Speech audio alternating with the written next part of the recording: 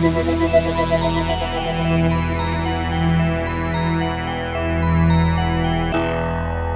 Vintage Burn. This is Kev. Marco. And And tonight we are doing a movie review in the genre of horror, The Conjuring II. Ed and Lorraine Warren travel to North London to help a single mother raising 4 children alone in a house plagued by a supernatural spirit, with sexy results. There you go. That's a very simple Very simple, yeah. synopsis. I'm a simple guy. Anyway, the movie scored a 7.3 on IMDb, which is very good for IMDb. The budget was 40 mil, made 102 in the US, 320 worldwide. Yeah. So the movie was pretty much a success, and there's a third one that was supposed to come out in a couple weeks, pretty much, I think September. Yeah, it got pushed back to 2020. And I'm pretty sure it got pushed back, yeah. 2021 now. To 2021. But they could release Bill and Ted. I don't understand that, you know? I'm looking forward to it. Because I think they realized, Bill and Ted, they're like, this isn't going to make any money anyway. Yeah. So. It might be what, like I know Stranger Things, like they held off, like it usually comes out around July and they started around March. I don't know how they do that, but and now it's like a year from when it was supposed to come out. Right, you know? right. So all the kids are going to be freaking so old looking. Yeah, I know. Maybe they already had most of Bill and Ted already like produced or something. That's why they could have dropped it. Yeah. But so I'm going to get into it real quick. So like in the first one, it opens up with a scene that really... I mean, this actually has a lot more to do with... Actually, no, the first one had the Annabelle scene to open up, right?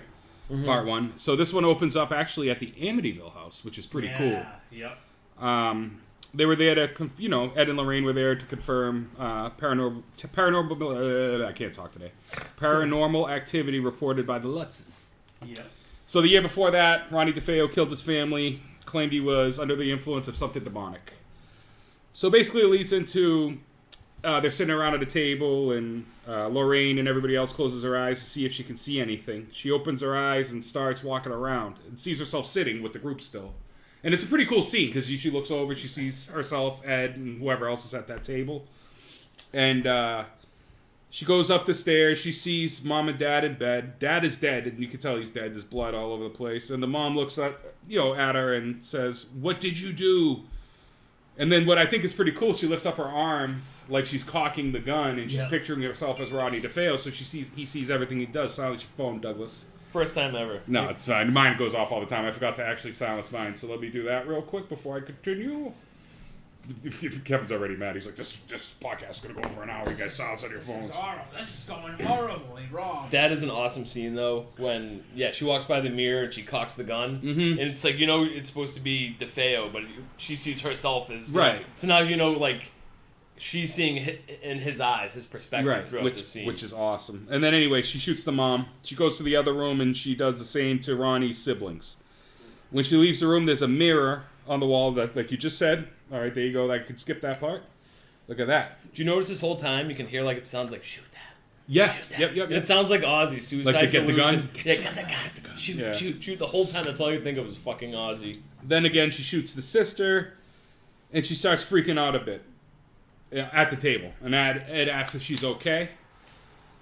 What do you see? And then back outside the room, she's leaning up against the wall. Looks over and she sees a child staring at her. His eyes are completely white. Really freaky looking, creepy. Yeah. So the kid runs down the stairs. She follows him to the basement. The little shit runs out from behind a sheet.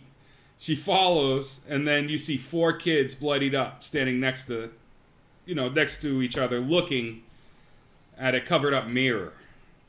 She pulls the sheet off the mirror. She sees the fucking nun. So there you get the introduction to the nun. Yeah. Welcome, enter the nun. Enter the nun. So, none your fucking business, Marco.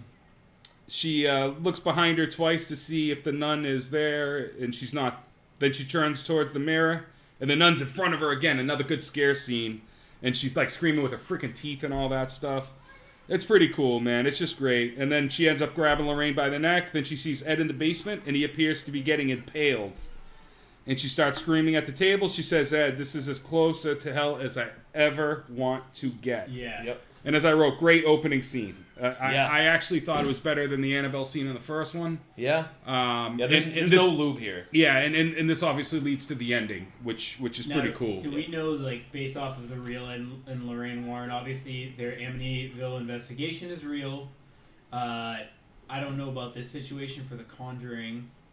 1 or 2 if those are real events or if these are just made up movies. No, they're both based on They're true stories. based, but I'm not sure how real they really but the are. nun itself, that's completely I think so. fiction. I'm pretty sure. Yes. Yeah, there's no. Yep. They just threw in some creepy ass nun. Correct. They need something to kind of tie all the movies together and then have a spin-off. Which works. And that's which works. Yeah, like At least we think it works. okay, The Conjuring II. But yeah, and then it opens up with The Clash, London Calling, which I love that song. Great song for this, because it does have I don't know that. Didn't come out till 79.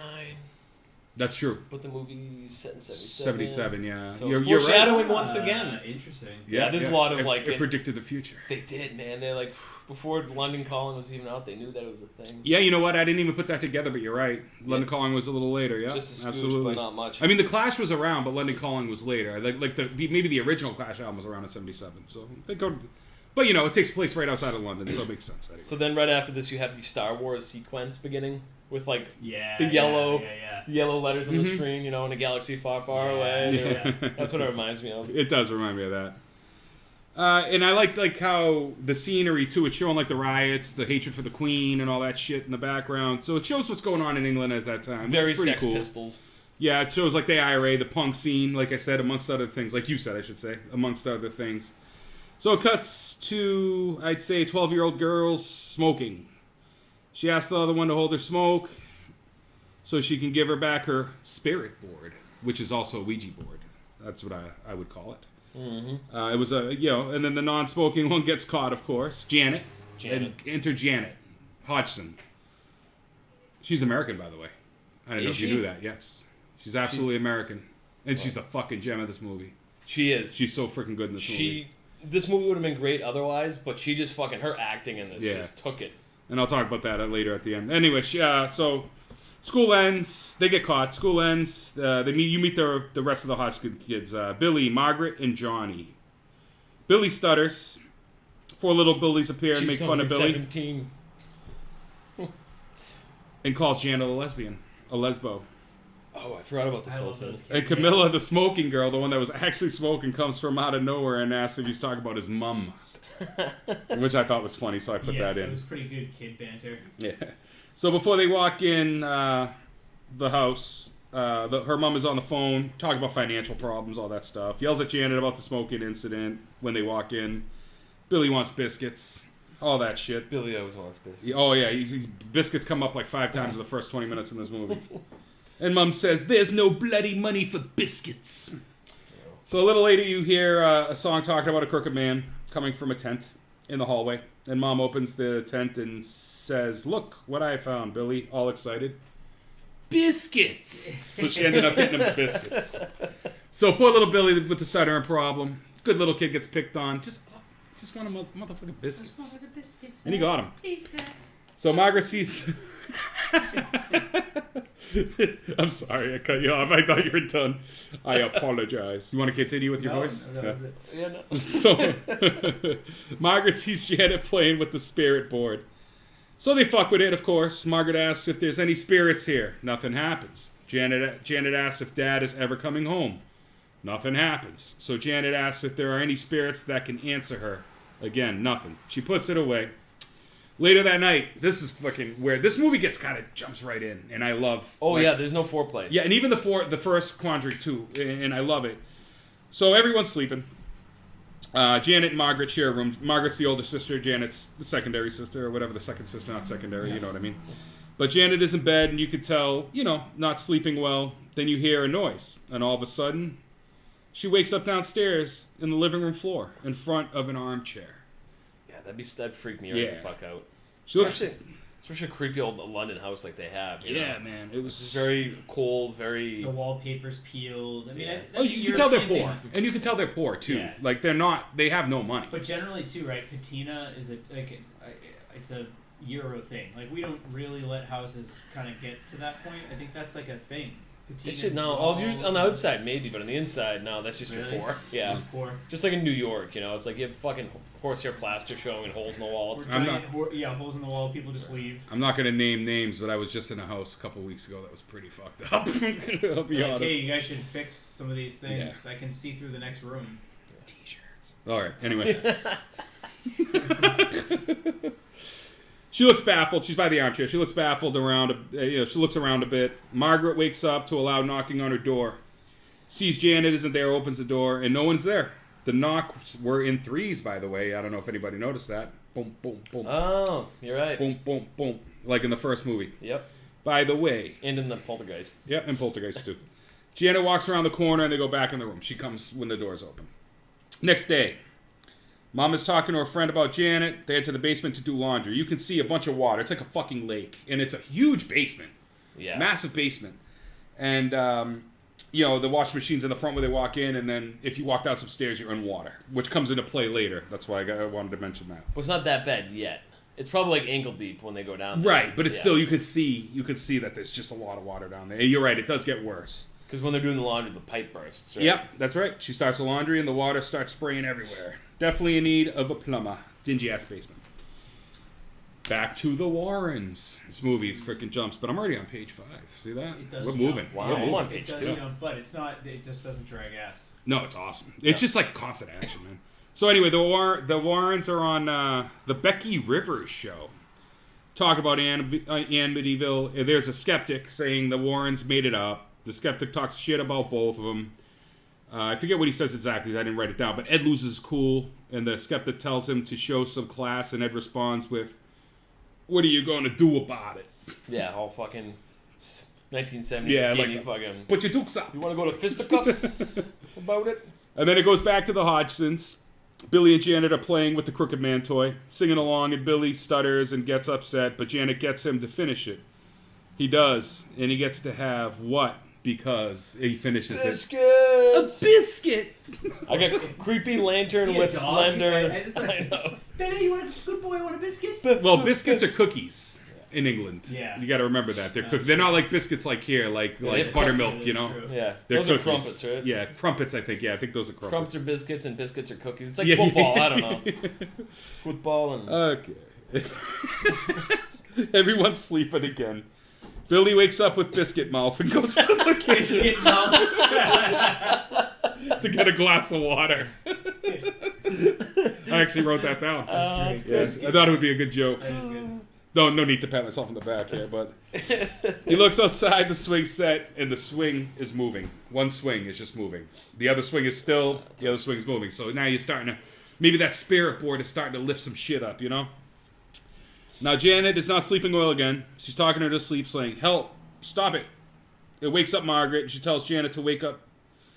Janet stops. Margaret lays back down, and Janet, now sitting on the bed, says, "This is my house." Yeah. And you finally hear that demonic voice finally pop out. Yep, fucking creepy. This is my house. Yeah, That's what I yeah, have written down. yeah. And then she says, "No, it's not.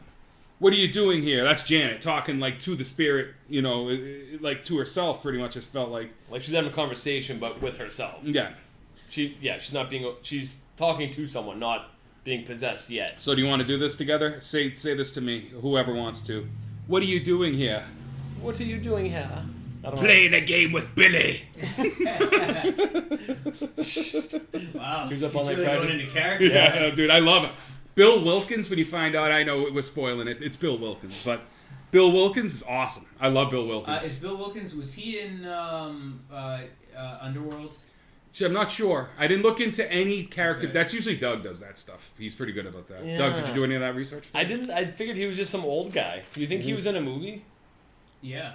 I think he's... And it could have just been a voice, too. Actually, no, because he's in it later, too. You see him. Oh, this is, the character's name is Bill Wilkins. Correct. Oh, no, I'm talking about the actor. Oh, I don't know who Bill Oh, Wilkins is. Yeah, who's Bill Wilkins? Yeah. No, I'm thinking the guy, the voice of this character, he sounds like the guy from Underworld. Like, it sounds like it would be him. I don't think he's actually that old in real life. Gotcha. I think this is actually a well-known actor. You know, let me. If we actually looked it up. I'll look it up if you want to keep going. Say, I'll tell your mom. Oh, here we go. He's getting back into character. Just say it. I'll tell your mom. I'll break her neck. Which I thought was awesome, too. Reminds me of like a King Diamond's concept album. You know, like Abigail and you'll fall down the stairs and break your neck. Yeah, and he's doing all the voices. Yeah. That's what pretty reminded cool, me. yeah. And then anyway, Margaret wakes up, calms her down, gets her to go to sleep. Like, basically, Bill Wilkins kind of goes away because Margaret kind of interferes. But he gets a little more intimate later. So anyway, Margaret rolls over, and all of a sudden Janet is standing there and tells her to stay away from Billy. So obviously Bill Wilkins didn't go away. You thought he went away. Then you hear another voice whispering, "This is my house." And then yet another dark corner scene, like in the first movie. Remember the dark corners scenes? Yep. And they're staring into the corner, which is pretty fucking cool. Could you guys see something? No, I can never see anything. And I watched this movie 10 fucking times. Same here. Especially those scenes. I have a dark TV and my TV sucks, so I don't know if there was something I've been missing, like a whole, like... No, but like even in the Conjuring 1, remember it's like there's somebody behind you and you cannot, there's nobody there. Oh, you're talking about behind the door. I was talking about above, like, the curio.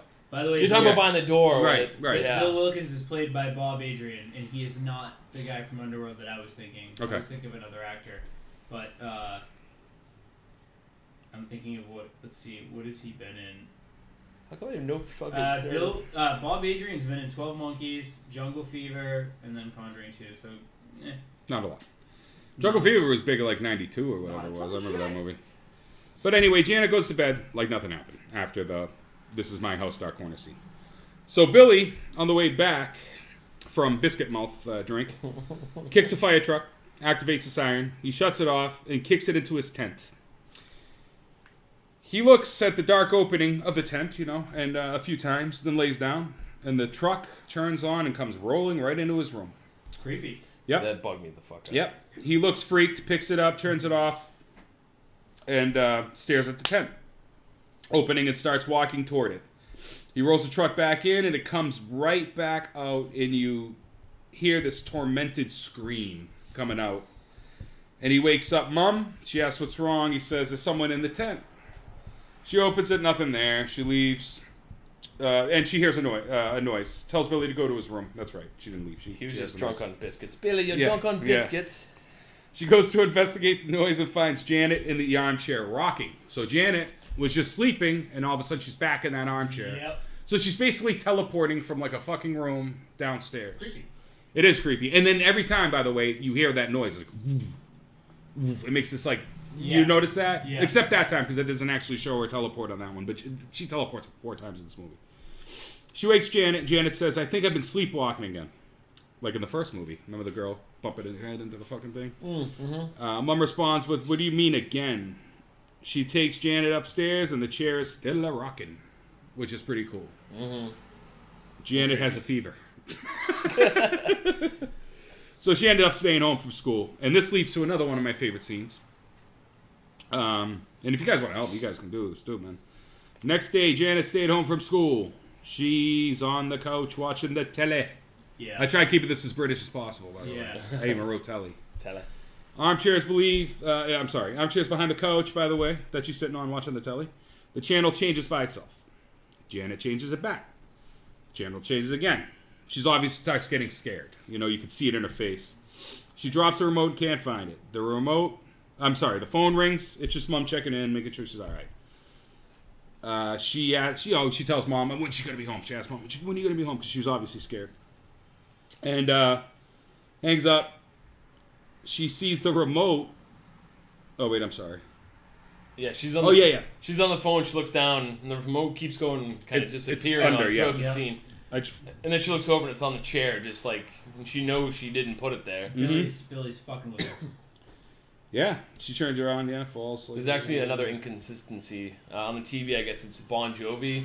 Like a full-ass Bon Jovi. Is it? Oh, yeah, that's very inconsistent. And then, at that time, he wouldn't have been discovered, and he was only, 15 or 16 at the time. Mm-hmm. I don't know. So... Is it sure it's Bon Jovi? Yeah? Yeah. Really? I read it on the internet, so it's got to be true. It's got to be true. If it's on the internet, it's got to be true. So you hear some lightning, the TV goes to snow. She slaps it. It gets blank. And in the reflection, you can see a man in the chair. That's the first time you actually see Bill Wilkins. Yeah, you can see that creep. Which is cool. And then, I can't read what I wrote. It's unfortunate, because he yells something. He says, "My house." No, but he goes, "Eh." That's what I wrote. Yeah, that's what he does. He's like, "Eh." She turns around, the remote falls like somebody was holding it in the chair, which I thought was fucking cool. She turns around and the fucking thing just falls. And that was awesome. And she's looking at the chair. You see an old man face over her shoulder, and he yells, "My house!" while she's looking at the chair. So he pops up behind her. It's freaking nuts. I love the way they use the scare tactics with the faces. It happens about 3 times in this movie. And I freaking love it, man. It's just that James Wan has like a magical way of like, even though the movie to me isn't the scariest movie, but it has some really good jump scares. It's basically 100% from beginning to end. It's pure suspense. And then he has this way. It's like you know something's coming, but you don't know when it's coming. Right. So even though it's not a cheap scare, it's well earned. It still fucking makes you. That's why I got My House. Fuck. Yeah. Man. Like fuck. Like gets me every fucking time. I'm like I know it's coming. But when? When's it coming? Right. Suspense, and then boom. And to back up your point, I jumped because I did. I was, and I've seen the movie before. Yeah, you still. And jumped. I still fucking jumped because you get set up for it. Yeah. No, it's like we said with the picture with the nun, right? You know, you see the nun down a hallway, and you just know you're like, oh, it's like even if it's just a portrait of her, you're like, yeah, you know something's gonna happen, but you don't know when or where it's gonna come from. Oh yeah, James Wan's good. He's good. He is good. Certainly. So I guess he turned down some movie which he would have made a fucking gazillion dollars on, but he turned it down to direct this, and because he's so tied to the franchise now. He was one of those things like I don't give a shit about the money. I just want to stay true to like what I've been doing. I'm glad it's his reputation. I think he cares more about. And I'm sure the dude's guy. I'm sure he's got more than enough money. Yeah, that's he might be one of those dudes who's probably worth $100 million. It doesn't need that other 100. Like me, like I would be that way. He cares more Give me about 10 his that'd be fine. instead of like paycheck or getting smashed all over the internet. What's is he doing 3? Conjuring 3? That I did not look into, but if you guys want to look into it while I read it, let me know. I want to say yes, but I was looking all that shit up earlier. I can't remember what it was now. All right, check it out. I'm going to continue this so we can keep this not to be in an hour and 45 minutes because Kevin's already yawning over there. So TV turns back on and Janet screams. That's the end of that scene. Cut scene. Back to the Warrens. Lorraine finds Ed painting and asks if he's was inspired. And he says he had a crazy dream. And he couldn't get it out of his head. She looks at the picture and he's painting the nun from her dream. Yeah. And she doesn't from her vision. And she doesn't tell him here She does either. not. So I thought that was kind of weird. I'm like, whoa, they're going to figure some shit out. And no, she doesn't tell him. All she says is, she tells him they need to stop taking cases. He asks why.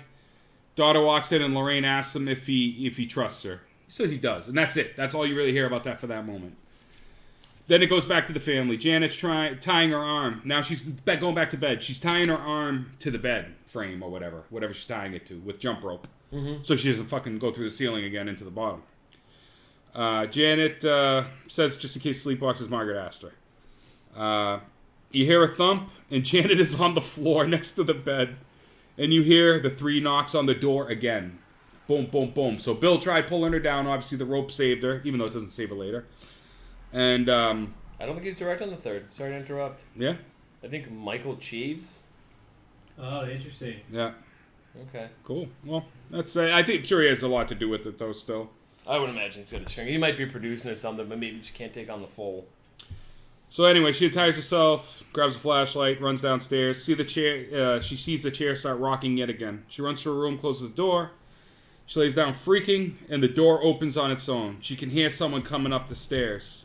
And that part's creepy, too. You hear that footstep slowly, and the creep, and the thump, and all that shit. And it gets closer, and it pulls her covers off. But it gets in her room. She's still under the blanket. Yeah. With the light on. Right. You know what I mean? Right, I'm like, dude, if you're trying to hide, turn that shit off. Light on. Yeah. Come on, Yeah.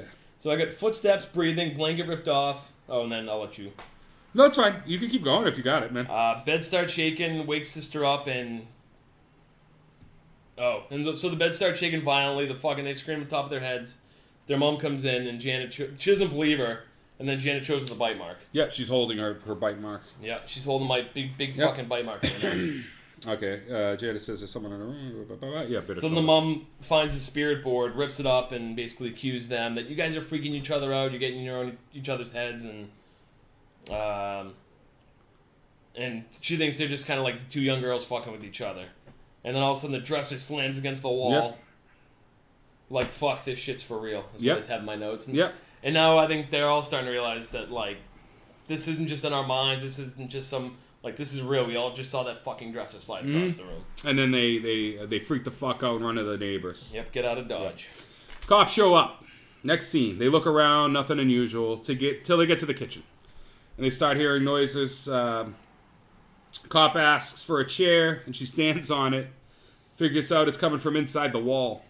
She gets off, said it's probably rats, and then the chair slides back to the table on its own. Yeah. It turns a corner and everything. It's made like it makes an L. It comes down and then makes a complete 90-degree. Yeah.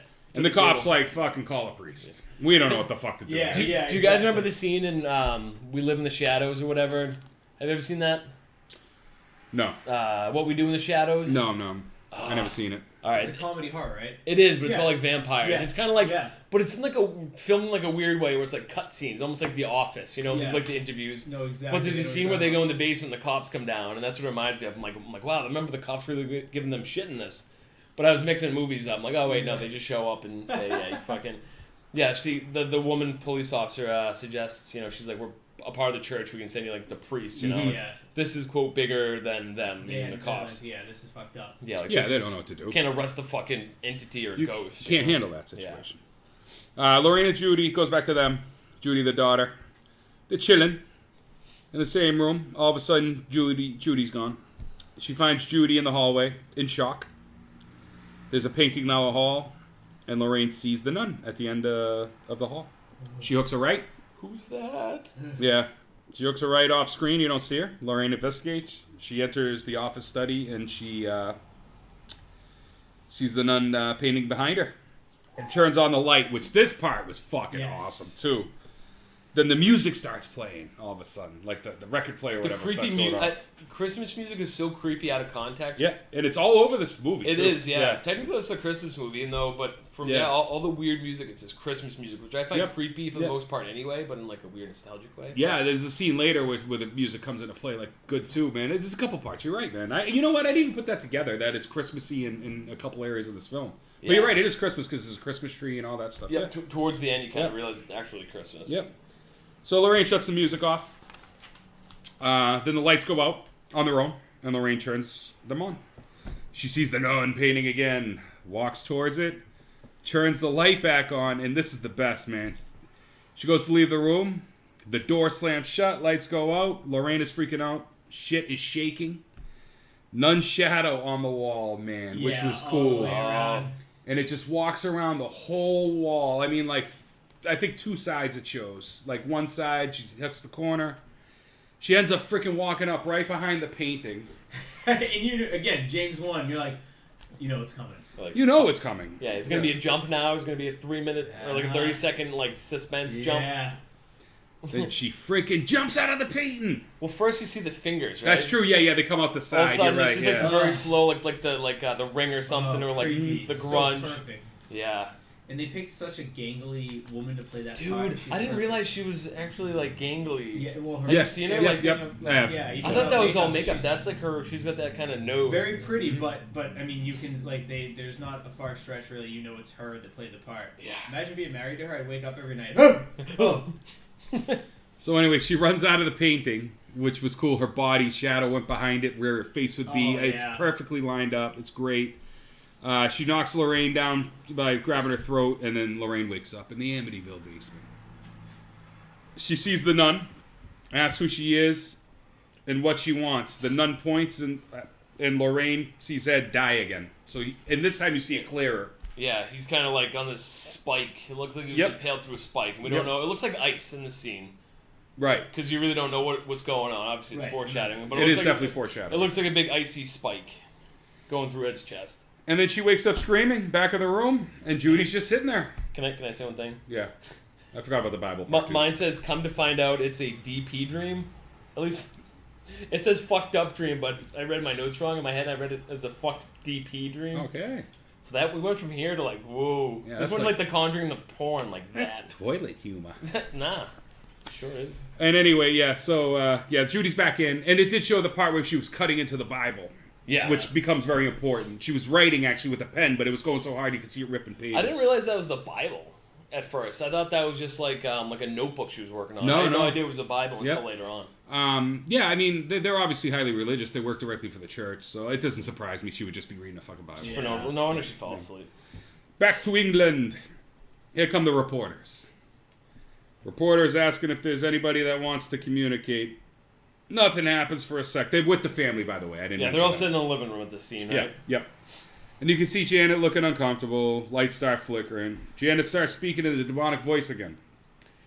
They asked his name, and just, this is my house. You don't belong here. And they ask his name again, and the voice says, knock, knock. Billy. Billy. No, he says Bill. Bill. But he's like, Bill who? And then he's like, Bill Wilkins, and I'm 72 years old. That's a good Bill Wilkins. Wow, you really practiced this one. No, I did not, actually. My throat hurts, though. All right, anyway. That actually Bill Wilkins. like Bill Wilkins. Whoa. All right. How did you die, they ask. Had a hemorrhage and fell asleep and died in the chair. So that explains why she's always at that fucking chair.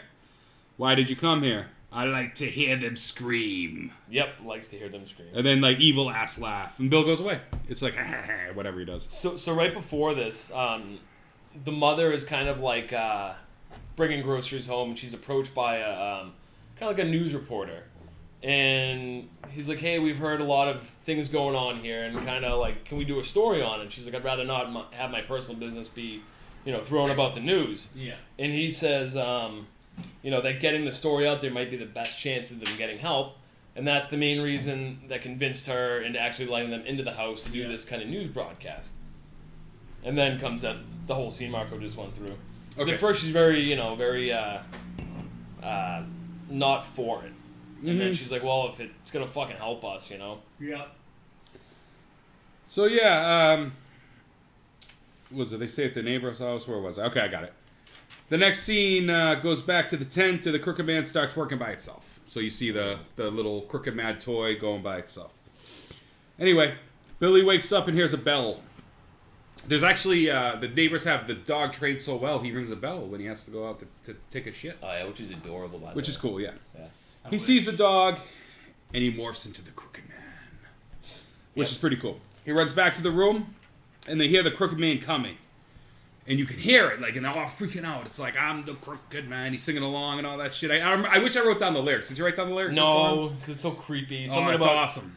With the hook in hand. Well, because at first, like, there's the very innocent version. And his version right, it changes, yeah. It's really like almost like a Grimm's fairy tale where it's like very grotesque. I wish we wrote down the lyrics to the song because it's awesome. But anyway, whatever. It's okay. No big deal. So they hear the Crooked Man coming. It turns out it's fucking Janet again.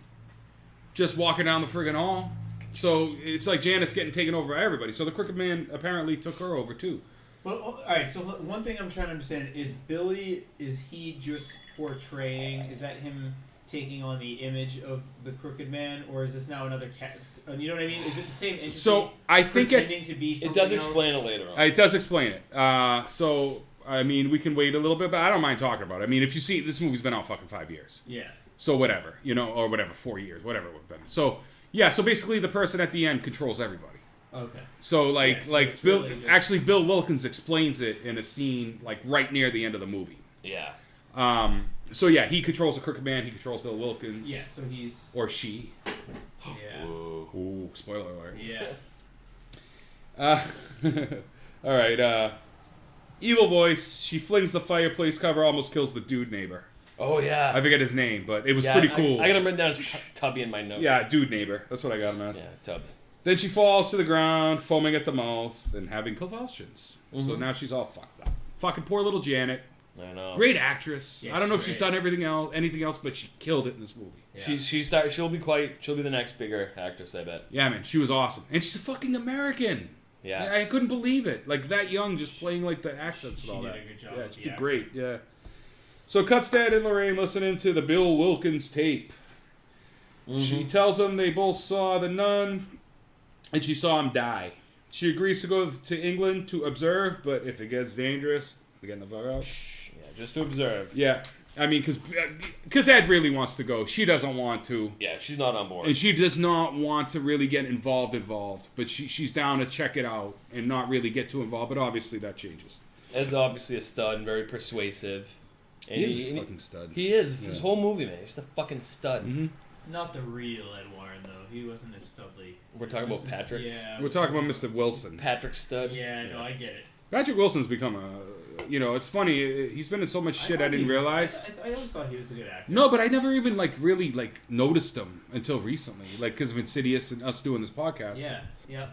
That's really where I started noticing him. Now I look at him like, wow, he was in this, he was in that. I didn't even realize. Yeah, he's been in a ton of shit. Yeah. Anyway, they arrive at the house in England. Mom takes Ed to Janet's room. I just call her Mom because I forgot her name. Same here. It's Peggy, Mom. right? I think it's Peggy. It's Mom. Yeah, Mom. This whole scene is very poltergeist, by the way. Mm-hmm. And there's a shitload of crosses on the wall donated from the neighbors. She says it's to stop shit from moving around.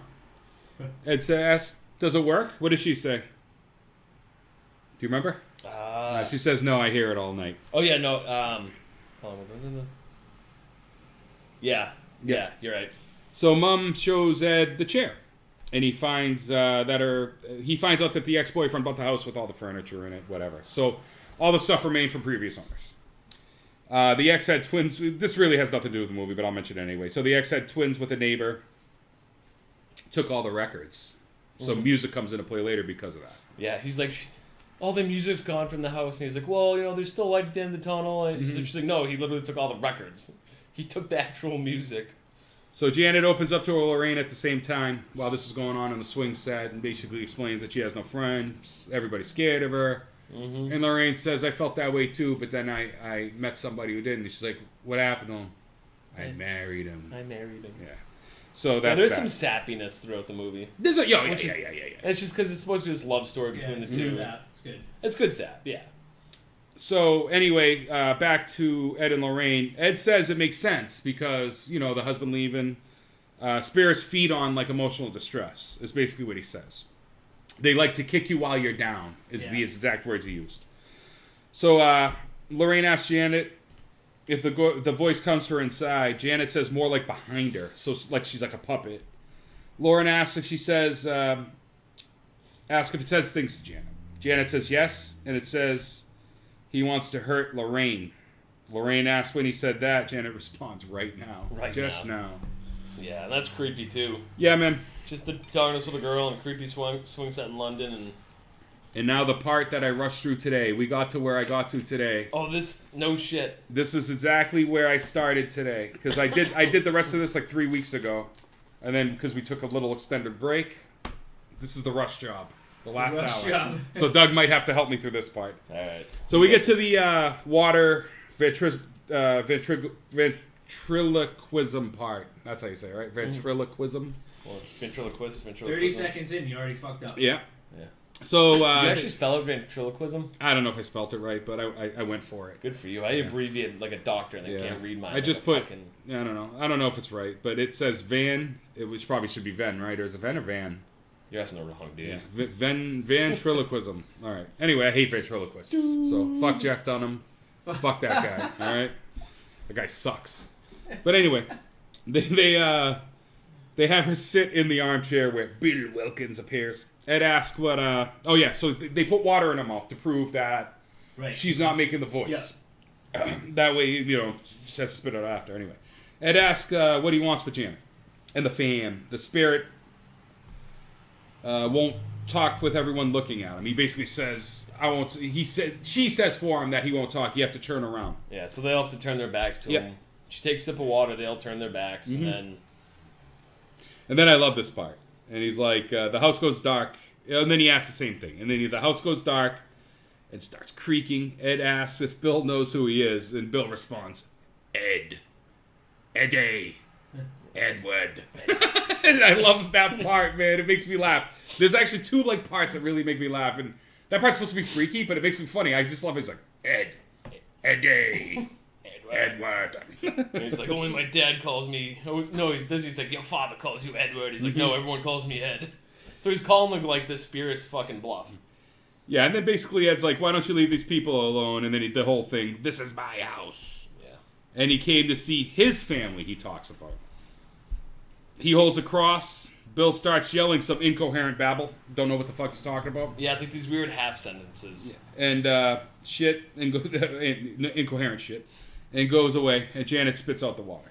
At first, he asks him why he hasn't moved on to say heaven, and he says, I'm not a heaven man. Yeah, that's right. Which I thought was pretty creepy, too. Yeah, it was pretty cool. So it's like, all right, well, we're dealing with something evil here, And then it cuts to a quick scene where Elaine basically tells Ed that she doesn't sense any spirits. Now, if you remember in part one, right when she walks in, she sees the what did she call it? The spirit latched onto the back and then on the mother. Remember that in part one when she walks in? So this time she's not seeing shit. She don't see nothing. Janet ties herself up. She's sleeping with Mom. She explains the cigarette situation. And they pretty much go to bed. Right? Is there anything else important in that scene? I don't think so. Not really. So everyone is sleeping. And you hear creepy whistling. And it's this old man. Right? This old man. Yeah. I'm pretty sure that's what it is. Or it could be some Christmas song I don't recognize. No, it's a lullaby. Okay. So Janet wakes up and she's laying on the ceiling now this time. Even more fucked up. Which is freaking freaky. In the living room. Oh, in the living room. Yeah. Okay. Yeah, because she was tied, so she went through a certain level. Very Exorcist. Yeah. So now she's on the ceiling of the living room, and she sees Bill's rocking. She sees Bill rocking in the chair. You finally see Bill in the chair, without it being a reflection or whatever. So you finally see that. He gets up, starts walking up the stairs. She gets pulled up into her old room with all the fucking crosses. Yeah, this is one of the best parts. Go ahead, dude. Take it. You love it. I know. It's just every fucking wall has a crucifix on it or a cross. Yeah, and also the walls start shaking. But each side of the wall literally has probably 40 crucifixes. Oh, yeah. Ridiculous. Yeah. And then one by one, they all start inverting all the way around. Yeah. That's why I got what the fuck's that saying? Then crosses flip. Yeah. Yeah. So she basically teleports or whatever up into the locked bedroom. Mm-hmm. Which what I was referring to earlier when the tying doesn't really work. Obviously that rope ain't going to every room in the fucking house. So that's obviously when that is proved to be, I can get you out of that. If you tie yourself up, I can make you look like you fucking just went through the floor. But now I'm gonna take you in this completely other fucking room. I loved it, man. Sick bastard. Anyway, she's looking around. Bill appears from nowhere and screams, "Janet!" She starts screaming. Mom wakes up and goes to the room. And I start screaming. And it's locked up. She's locked in there. She cracks it open and Bill's face is there. Yeah. It's like looks like almost yellow and it's great. I know Doug will know what I'm talking about, and I don't know if you will, but it's like the blood feast, kill for pleasure, like album cover, like that guy on it. That weird, just pale. Yeah, like that blue. It reminds me of that a lot. Ed and Lorraine, of course, come. They hear the screaming. Lorraine looks in, and it looks like Janet's being suffocated with a curtain. They get in, pull the curtain off, and Lorraine sees a cross, literally everything's back to normal, but she sees one cross just kind of moving. Like it went right back to the place that she looked at it. So she's like, what the fuck? And then, again, she says, and she's shocked, but she still doesn't sense a presence. So for some reason, she just doesn't see this one. I don't know why. Did they ever explain that? Is it being masked because she's such a cunning spirit, or that I'm not sure, man. I don't know. I don't recall it. I've seen the movie 10 fucking times, and I don't think I don't think so. I think it's just she's not something with her. I'll say her powers, but she just doesn't feel this one, and that's kind of shitty for this poor family. And they, you know that especially later on. And then even though he's been in the movie and we haven't mentioned him, the next scene we go to Mike Myers in the movie.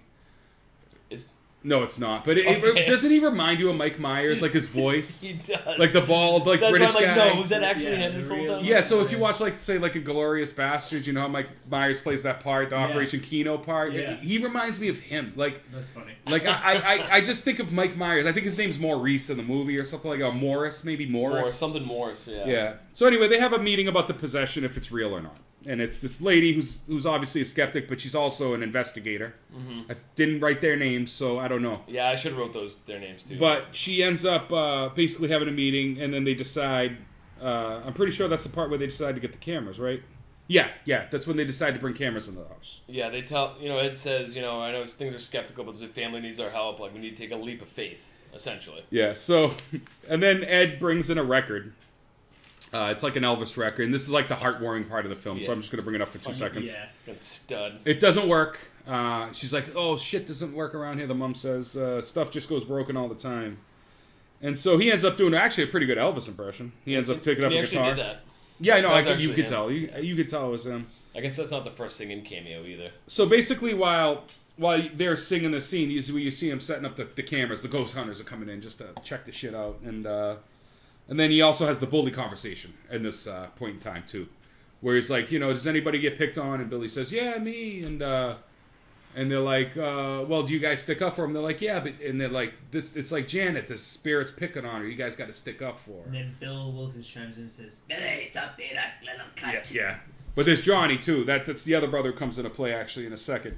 So this part I found fucking hilarious. We're actually almost done. I only got like 4 pages. Is left. this my favorite quote in all of the Conjuring movies? Is it the camera thing? Yeah, Yeah. Go, you take it, bro. If it's your favorite, you take it. I thought it was hilarious. I remember the first time I watched this. I think it was actually with you guys after we did the first Conjuring, and that was the Yeah, first we time watched I'd part seen 2. it. Yeah. But so, like Marco was saying, this montage where he's singing Elvis and the crew's coming in and setting up all this stuff, and it kind of after the scene, he kind of goes in the kitchen and picks up this big wonky camera and he puts it on his shoulder. He's like, "It's so small and light." But at first, I thought he was like fucking like being like sarcastic. No. But I think just for that time, it was, and this thing was Yeah. massive. It was. Yeah. It's this big. He's like, it's so small and light, and he's like so happy about. But yeah, just the way. Yeah, that's what it is. Really, it's his facial expression. So if you see the part, it's like he's so giddy about how small Yeah. it is. But the thing has got to be like, Yeah, to us, like, we're like, you I don't even know. I can't even explain it. 80s camcorders were a lot smaller too. I mean, it's crazy. It's funny, man. It's so small and light. So it cuts to Ed Being the study is fixing up the house. fixing the sink, and he explains to Janet why he helps people. Basically, something scared him when he was a kid, and then his father told him to go in and face it, and gave him a crucifix, which comes into play. And basically, that's it. Mom walks in, and he asks her to take him to fix the washing machine. She's like, "Oh, I don't." You can tell she's probably embarrassed of all the water down there. So she's like, "No, you don't have to. It's kind of." He's like, "No, I will." Anyway, basement scene. Yeah, it's like a pool. It's not a small lake we're talking about. We're talking about a fucking swimming pool. It's like waist deep. And now it is, yeah. Like Doug was right. Earlier it was probably ankle deep, maybe knee deep, but now it's like at least waist deep. I think it's even higher on the mom. It's awful. But anyway, he's shining the flashlight around the machine, can't find the problem. And then he shines across the lake in the basement, and he finds the problem. And he walks in that fucker. And he's walking through. Anyway, he ends up finding, he wrenches the problem, and you see a dark figure rising from out of the water behind him. Mom thinks she sees something, so you see her kind of go down the stairs, take a closer look. And she's like, "There's somebody behind you, there's somebody behind you." And, where am I? Shit. She said, yeah, he turns, nothing there. Goes back to Mom. She hears like a bubbly noise. I don't know if you noticed that. There's like a little bubble noise. Yeah, I thought that was just Ed beefing. Yeah, and she looks down. Yeah, like it basically sounds like when you fart in water. Yeah, that's true. That's true. Like a fart bubble? Like a fart bubble. Yeah. Yep. Perfect way to describe it. Yeah, pretty much sounds like a fart bubble. Anyway, and then she looks down, and I believe, I'm pretty 99% positive, it's Bill Wilkins just looking at her. Mm-hmm. And then grabs her. Ed runs over, saves the day, and then she ended up getting bit too. Yeah, he bites her. Yeah, she ended up getting bit. And didn't she find teeth? She found teeth. Ed did. Ed feels around in the water because you hear a plop too. Yeah.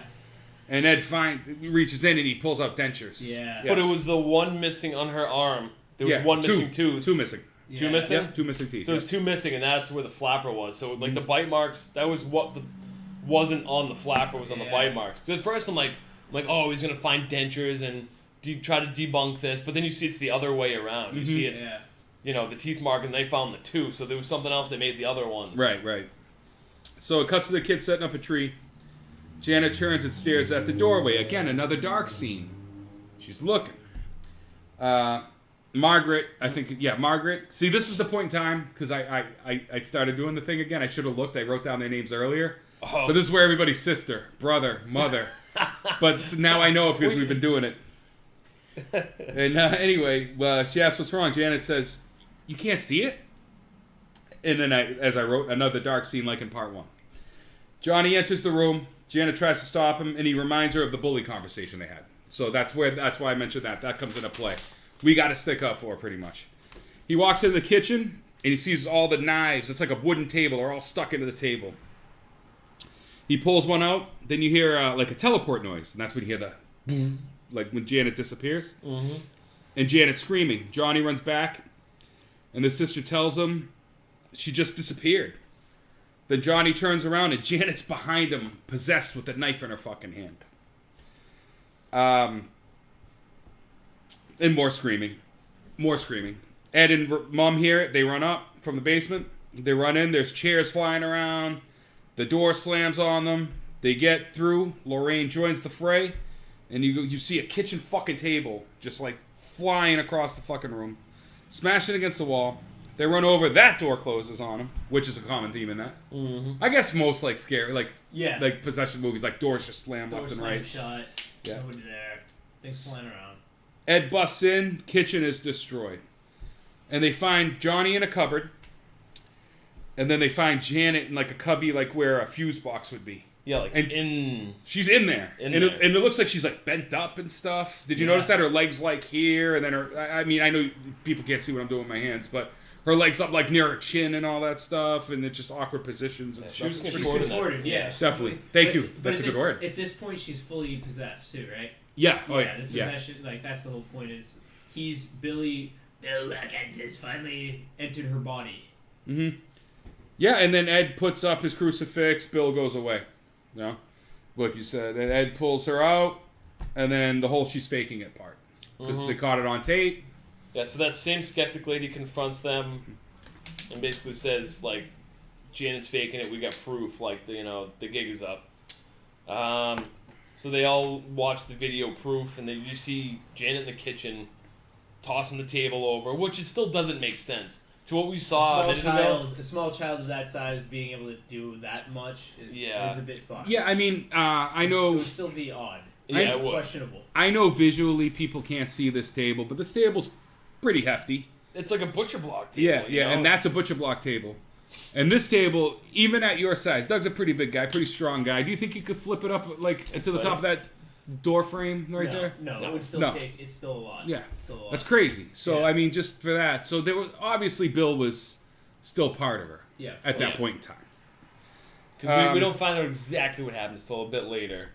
So Ed says he wants to help, but the church will see the video and distance himself. So there's really nothing Ed can do, and you can tell he really wants to. He's really sympathetic to their cause. Yep. But mom's just like, fuck you, get out. Yeah, mom. She ends up booting everybody. She kicks everybody out. Then the siblings asked her, Janet, why she did it, why she faked it. Janet responds with, he said he will kill them if she didn't make them leave. Mm-hmm. So, in a way, it was probably Bill and her working together, in a way, because she probably had a little common sense while Bill had her possessed, and she was like, all right, I'm going to break this shit. Bill probably helped with the table. I don't know. Like, there was a demonic force definitely helping her, but it's just, it was cool, man.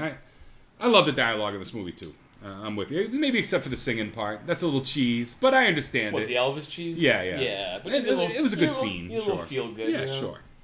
Gets the wiggly going, you know what I mean? So, I put E&L now. I started shortening up my shit because, E&L. Ed and Lorraine, baby. Aboard the train, a couple of the tapes fall out. And the tape from the tape ends up making like an X. So he thinks of something. Ed jumps into action, has Lorraine set up the fucking audio player. The fucking study is. And he figures out that some of the tape they have from different sections, I don't know how the fuck he figured this out, adds up to one sentence. And the sentence ends up being, so they play it together. It says, help me, it won't let me go. So earlier we hear both of these parts, but at different times. Right. Once when I think they're out doing the TV interview. Correct. Right? And the second one they're doing like the water test. Yeah. But we don't realize that it's half of a message in each one. Right. But he realized it because Ed's a smart guy. Help me, it won't let me go. Yep. And that's what he said. Fucking creepy too. So Lorraine has a dream of talking to Bill in his chair. And this part I didn't write down too well, so if you have more details on this part, you go. I got some. So Lorraine goes into a vision and speaks with the old man. And one second, I'm sorry. This has a lot to do with what you were asking earlier. That's why I want Doug to take it, yeah. So, and he's kind of talking to her in riddles. He's basically telling them how to beat this entity, that there is another entity and it's not just him. And didn't it take him, I mean, the whole point is he died and it took him to use as a puppet. Mm-hmm. Yeah. That's it. If you basically didn't catch what we were just talking about. Him, Crooked Man, and not necessarily the nun. No, the nun is... The nun is the entity, right? I would say. Well, we're going to find that out in a minute, but it pretty much is, yeah. So she's talking to him. Valak. He's talking to her in riddles. Valak. Saying something like, I was there with you at birth. I've been with you your whole life, and I'll be there at I'll follow you to the end of times. Mm-hmm. So, like, this makes no sense to her at this time, but she realizes later that he's giving her the way to defeat them. Which you think they would know this, being like fucking Demonologist. Be like, if we know his name, we have power over him. But so, and then of course the nun just decides to pop the fuck out and scare the shit out of you. Yeah. But now we know the old man is a pawn in the demonic game.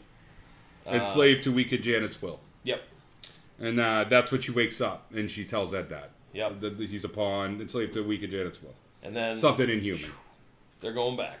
And then he asks, actually, enslaved by who? And then she says something inhuman and a couple other things.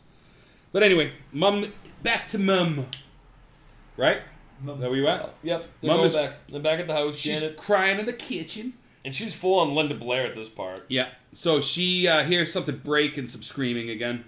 She runs into the living room, and the oldest kid is like levitating, Margaret.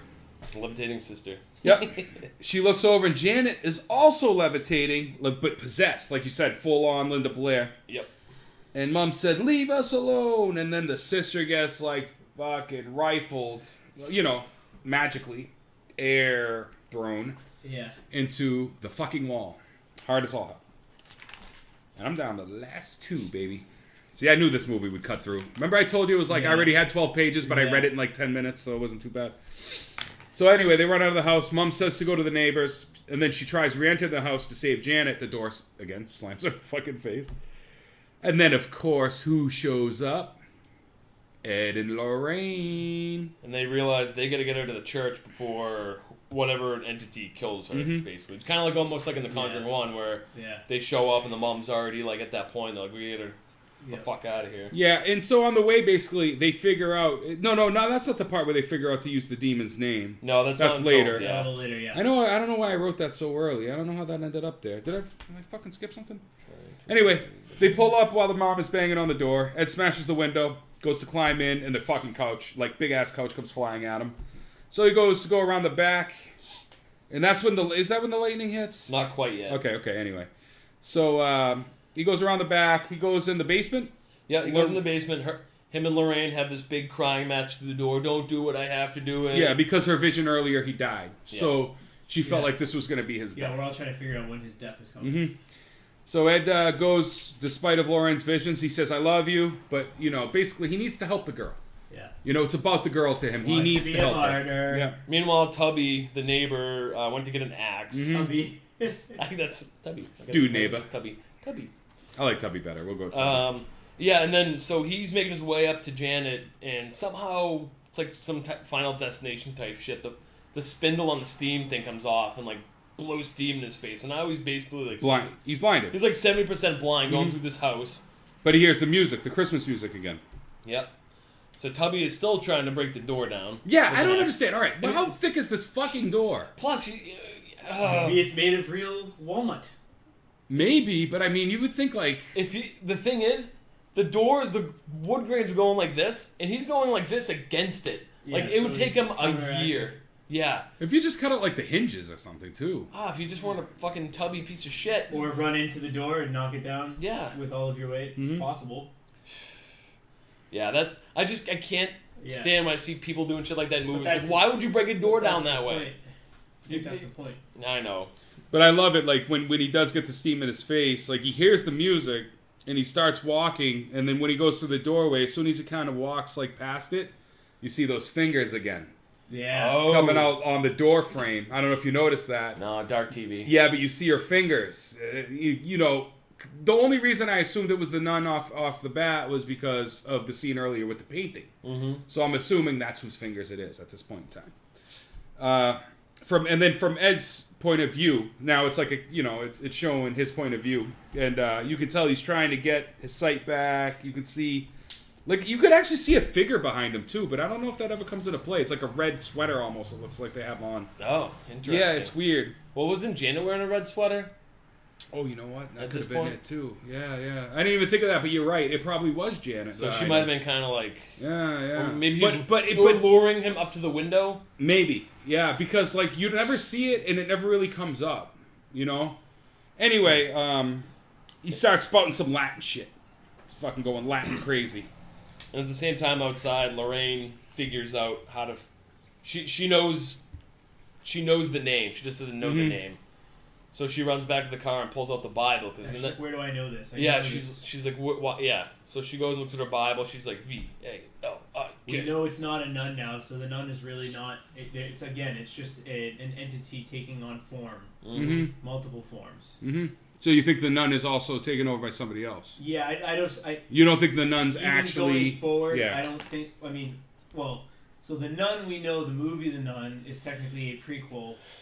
Right. It's the first. It's actually time-wise the first of the series. It's supposed to be the first of the series leading up to this point, up to this present day of Conjuring II.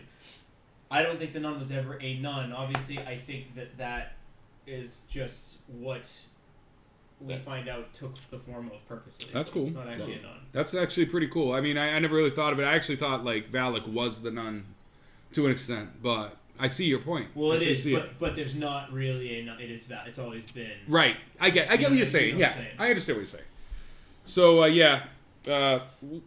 okay, hold on. Now I got to catch up to where I was. Sorry. Right after that, lightning strikes and breaks the tree out in front of the house. Yep. And you see that big, icy-looking spike we saw from her vision of Ed dying earlier. Yeah, just take the rest, man. We're like at the end, so take the rest. This is very... Towards the end, I get very lazy, so it's just kind of like... Jenny goes to jump out the window.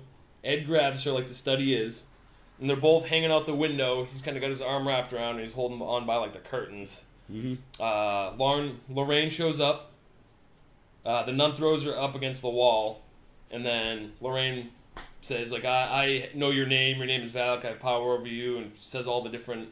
I wish I wrote down all the different things. Like let me see if I wrote that down. Lord Jesus, I send you back to hell where you came from, devil. Because she describes all of his different names throughout hell and stuff. It's actually kind of a cool part. Yeah, she says like Valak the Defiler, the profane.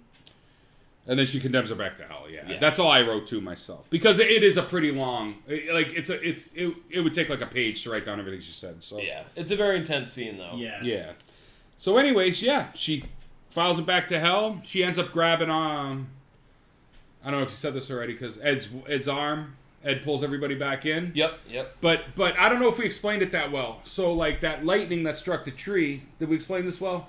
No. The lightning that struck the tree... was right over that window. Was over that window. Yeah. Ed was going to fall out of the window, which would have been, back to the beginning, the foreshadow of him being impaled. Right. It was meant that Valak was going to have him pushed out the window or some way. And he was going to go through the tree, yeah. And by the way, Valak takes form once she calls out the name, because Valak he shreds apart from being the nun and actually takes form of, you see Valak for what he really is. I gotta or what it really is. You see the actual form of Valak, which is a giant demon. You don't just see the nun at that point. You see. All right, so the nun is just another. Yeah. That happens to have her own sequel though. You see Valak as Valak gets sent back to hell or whatever. Mm-hmm. I guess my only question is with this was Valak just purposely going after Ed for a reason? I mean, that's one thing is we don't know why Ed was picked. Right. And it was the spirit board actually what conjured them? Is it because Ed is supposedly like a famous demonologist that it's just like him and his wife are going... I mean, you could speculate they're going around destroying evil, and so Valak's like, fuck this, I'm gonna get rid of this guy. I'm assuming that's what, Kevin? That's an awesome question, and we just don't know, right? No, and I didn't even think about that. But it's a great dude. No, it's a great way though. Like, it's actually a little deeper than I thought. Like, because I didn't even think of that. I mean, the whole right. But you're right. From the beginning, we've been thinking like Ed's gonna die. Right. Why is Valak picking him specifically? I mean, I could say like, why did Valak pick Bill Wilkins? Why did Valak pick a lot of things? Like, but. For Ed and why that family? Yeah, I got you. So we can go on and on. Yeah. Maybe in Conjuring 3 we actually get an explanation to just kind of sum up. I'm assuming they will. They've been consistent with 1 and 2 so far, so I'm assuming 3 they'll kind of refer to it at some point back and go, oh yeah, remember when this happened? Ha ha ha. And, oh yeah, he was after you for. I'm assuming it's because he's a famous demonologist and Valak wanted to destroy him. I agree with that. And then there's one little quick scene of Janet talking to Ed and. He ends up passing the crucifix that his father gave it on to her, which I thought was pretty cool. Yeah. And really it cuts out, but the thing I found the most interesting, there's like a dancing scene too. I don't care about talking That's about where I get sappy, dry hump ending. Yeah, whatever. But I did like the part where it comes up in writing that you end up finding out that the mom, Peggy Hodgson, ended up dying in the same exact spot Bill Wilkins died in real life. Like 40 years later. 40 years later, or whatever, which is fucking crazy. Different chair, same spot, and she ended up dying there. And that's basically it, man. That's the movie. Let's get some thoughts on it, man. Who wants to start this part out? Allegedly, this is one of the most documented cases still. Just as far as like shit they were able to record, pictures, all that. So what? In reality, yes. Ed and Lorraine. Okay. They call this. It says it in the end. They call this like the British Amityville. Yeah, okay. Enfield or whatever it is. And so up until so the character of Alec, the character of the nun are the fictitious portions that just don't tie into it. The actual investigation was about a family with a little girl who had supposedly being possessed by an old man. I believe so. That's creepy as fuck. But I mean, I never looked into the real case, but you got me interested. Now that you keep having the discussion, I'm actually interested in looking this up. I might do that tonight. I mean, literally. I think it would have just been. The problem is, it would have just been another possession movie. We would have identified. It's pretty much a play on The Exorcist, and people would have been like, "Oh, it's just another Exorcist movie." I like that James Wan in his storyline added these little ties for 1, 2. I mean, of course, the prequel with a nun. So I like that. I just wish we would get, even though it's fiction, I would like to get an explanation of why Ed was the target. Right. I got you. If we don't, we don't. And we probably won't. Because they're probably not going to return to the story. Yeah. Like, I mean, like 1 and 2 have really nothing to do with each other, so I'm assuming 3 is going to be the same thing. Probably completely different. Yeah. But what'd you think of the movie overall, though? Aside from that. Look, I own all of these. I enjoy this whole universe. Yeah. All of the movies. I like everything about them. They're not super original, but I love the jump scares. I love the time period piece. I love how they're all shot. The demons are creepy. The spirits are creepy. They're really good modern horror movies for what they are. And as far as like, and the plots are pretty consistent. And I think a big part goes to James Wan. I think the way he just films stuff. I think he's. You know, like, I hate to say it because I hate comparing people, but I think he's like a modern day Carpenter. Well, he is. You know, in a different way. Obviously, he does different styles of movies, but just the way, like, his way is the way. Like, you watch Insidious, The Conjuring, and whether you like Insidious or not, I know those movies are a little more controversial. I still love them all. Oh, I do too. I'm with you, but they're a little more controversial. You hear a lot more people say, "Oh, the Insidiouses aren't that great," or whatever.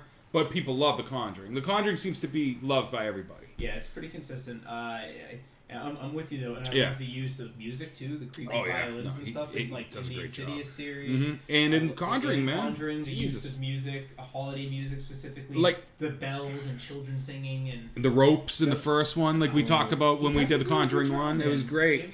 So he is screenwriter on the third one. I looked up. You're right. There's another person directing. I don't know if his screenwriting credit for 3 is just going to be because he wrote the series, so he's just getting screenwriting credit, or if he's actually a screenwriter and just not like letting somebody else kind of maybe give something new to it, because he might even feel like if I put my stamp on this, it might be too dry. I got you. So I don't know. I'm very pumped for the third one. Awesome. Me too. 2021. We got and what I want to do if you guys are down, I know we probably shouldn't talk about this on the air, but it doesn't matter. I want to actually watch that and do like a quick react to it. Oh yeah. Yeah, you know, that way, like, we're not gonna get like the plot like we did this, but it'd be cool just to get an instant reaction, and hopefully it's good, and we're not shitting all over it. Yeah. But I'm guessing that's a recommend from you. Yeah, that's what it sounded like. Definitely recommend. Doug, man. Yeah. What do you think? I think Kevin basically hit all the things, all the points. You hit the head on the nail. I think he hit the head on the nail. The acting too, like Madison Wolfe, the girl that played Janet, excellent. The kids, man, the kids were great. The kids were great. The mom was good. She reminded me like the mom from like Charlie and the She did a little. I know what you like said. The quintessential like poor like English woman. I just think the acting was very well done. They picked the right cast, and it just complemented James's directing and shots, his cuts, his everything. Yep. So I take it that's a recommend from you? Yes, sir. And honestly, I'm not even going to go, because they basically summed up everything I was going to say, like between Kevin and Doug's comments. So I don't really have to go too much further. Again, I just like how they continue the dark jump scenes. I really love how James Wan does that. I mean, he did that since like the Saw series. And not as dramatic in the Saw series, but I love how dark those movies were. And it's not. And I'm not even a big Saw fan, but I love that. Go ahead. What I like about these, same thing was the first one we had talked about when we did that one. It's not super gory. It's suspenseful. It's jumpy. Yeah. You know, it doesn't need that cheap gore. No. You know, There's really no gore. no, and that's that's what's the even thing. more. I find this more frightening, if I had to say, than say like a movie that's just like straight up gore or killing. There's something about it just that builds the suspense. Sometimes gore is just boring. It is I mean, boring. it's fun to watch the gory scenes sometimes, but like those movies are so beyond ridiculous sometimes. It's like I don't know if any of you seen Terrifier. It's on Netflix. No, I haven't seen never, it yet. honestly. I mean, he's sawing women in half and I couldn't shit. get into it. But it's not. It doesn't have a good plot. He's just killing people for the sake of killing people. Some people just like to straight up gore, for And no that's reason, fine. You know? Yeah, people like Art You're the gonna Clown like- for yeah. whatever reason, but I think You're gonna a lot like of what you're times gonna like. people who really like it or are afraid of it is because they don't like clowns, and so it just adds to the fear. But for me, I'm like, clowns don't do shit for me, and the gore. I was just like, eh. It's been really terrible acting in that series. Yeah, Fucking awful. yeah. It's hard to watch. Yeah. I mean, I It's watched like poor acting. I watched it and I had fun with it, but I also watched it from a counter drinking some beers. I wasn't Yeah. even directly in front of the TV. I tried so hard. I was like, I can never watch this shit again, man. All right. Anyway, I'm going back to The Conjuring real quick. Yeah, I recommend it, man. So that's a triple recommend. That's recommend across the board, just like part one. I think all of us, like I think Kevin already mentioned, I really can't wait for the third Yeah, one. we're pumped for that. I think like the honestly top two anticipated movies are that and the new Halloween. We got so fucked. That was the Yeah. only thing I look forward to. And they were both coming out within a month of each other, pretty much. You know, it's which gonna be sucks. brutal. So we lost that due to this pandemic. But anyway, hey, we'll be back soon. Good night from Vintage Burn. Give me some fucking biscuits. Peace out. All right, see ya. Later.